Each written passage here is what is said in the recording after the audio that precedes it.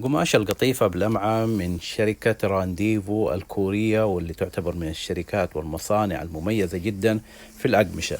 هذه الخامة وهي من الخامات المميزة زي ما ذكرت لكم، وحصرية فقط لدى محلات العماري بجدة مركز الكورنيش، والرياض أسواق القدس.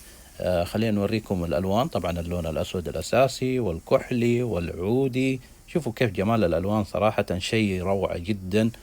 ألوان جدا حلوة وألوان محدودة ورئيسية، نقدر نستخدمها للعبايات، نستخدمها للجلابيات، نقدر نستخدمها تدخيلات، أشياء كثير وابتكارات جديدة كثيرة تقدر تستخدموها في هذه الخامة. هي خامة كورية، عرض 58، من الخامات جدا حلوة وممتازة، وعملية جدا. يعني مهما تسوي بيدك عليها كده ما بتخرج ولا بيتأثر، لا مع الاحتكاك ولا مع الغسيل.